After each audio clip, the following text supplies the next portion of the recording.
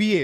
বাংলাদেশের প্রেক্ষাপটে আমাদের মেয়েদের স্বপ্ন হচ্ছে আমি বিয়ে করব, বরের সাথে বসবো পাশে, আমার গায়ে একটা সুন্দর বেনারসি শাড়ি থাকবে, আমাকে দেখতে সুন্দর লাগতে হবে। সুন্দরের সংজ্ঞা কি? আমার পেট দেখা যাবে, পিঠ দেখা যাবে, স্কিন তো দেখা যাবেই, হাত পা তো অবভিয়াসলি দেখা যাবে, এবং চুল তো দেখা যাবেই। একটা স্টেজে সবার সামনে পুতুলের মতো বসে থাকে, আর তার পাশে একটা গাধা আর একটা গরু বসে থাকে। নন মাহারামরা দেখে, সাথে মাহারামরাও দেখে। আর পাশে যে গাধাটা বসে আছে, যে গরুটা বসে আছে, ওই গরুর ফ্রেন্ড, এলাকার ছোট ভাই, এলাকার বড় ভাই, তারাও দেখতেছে এই মেয়েটাকে। তো এই মেয়েটার তো কোনো হেলদোল নাই, পর্দার তো কোনো জ্ঞান নাই। আর পাশে যে গাধাটা বসে আছে, ওটা তো প্রাউড ফিল করতেছে, মনে মনে হাসতেছে, মানে প্রাউড ফিল করতেছে, ও একটা জিতছি, মানে বিয়ে করছি, ও দেখ দোস্ত কত সুন্দর তোর ভাবি, আরে দেখ না দোস্ত, আরে কি, মানে বউরে সবার সামনে দেখায় সে খুব প্রাউড ফিল করতেছে। আরে গাধা, কেন গাধা বলতেছে এটা পরে বলতেছি। আসলে যখন তোমার বউকে দেখে বলতেছে মামা তুই জিতছস, তার মানে সে তোমার বউয়ের চুল থেকে পায়ের নখ পর্যন্ত সে ভালোভাবে অবজার্ভ করছে। তুমি কল্পনা করো, তোমার বউকে তুমি সুন্দরভাবে প্যাকেট করে বোরকা পরে তুমি বিয়ের সেরে নিয়ে আসছো, তাহলে কি তোমার কোনো ফ্রেন্ড বলবে যে মামা সেই একটা বিয়ে করছস? কারণ সে তো দেখতে পাচ্ছে না।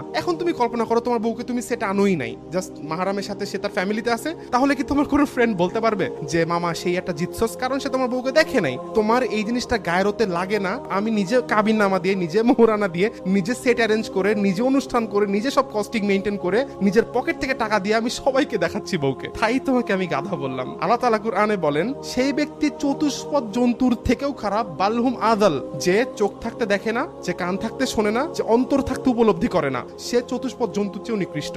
যে তার ওয়াইফের দায়িত্ব পালন করতে অপারক। দায়িত্ব বলতে কি শুধু ভাত খাওয়ানো না, শুধু নিয়ে হানিমুনে যাওয়া না, শুধু নিয়ে ট্রিপে যাওয়া না, শুধু তাকে খাওয়ানো না। দায়িত্ববোধ কাকে বলে? তোমার বউকে তুমি পর্দার আড়ালে রাখবা, তোমার বউকে তুমি ঢেকে রাখবা, তোমার বউকে তুমি সবার চোখ থেকে আড়ালে রাখবা। This is the main responsibility of A husband. তাকে বলা হয় দায়ুস। যে তার বউয়ের পর্দা মেনটেন করতে অপারক, যে তার বউয়ের হায়া মেনটেন করতে অপারক, সে ব্যক্তি হচ্ছে দায়ুস। আর দায়ুস কখনো জান্নাতে যাবে না, লা ইয়াদখুলুল জান্নাহ। তাহলে তুমি জাহান্নামী হচ্ছ, এট দ্য সেম টাইম তুমি হচ্ছে গরু, ছাগল, কুকুর, বিড়াল। That's it. Keep supporting. This is me Rifat Ratul. আসসালামু আলাইকুম ওয়া রাহমাতুল্লাহি ওয়া বারাকাতুহু।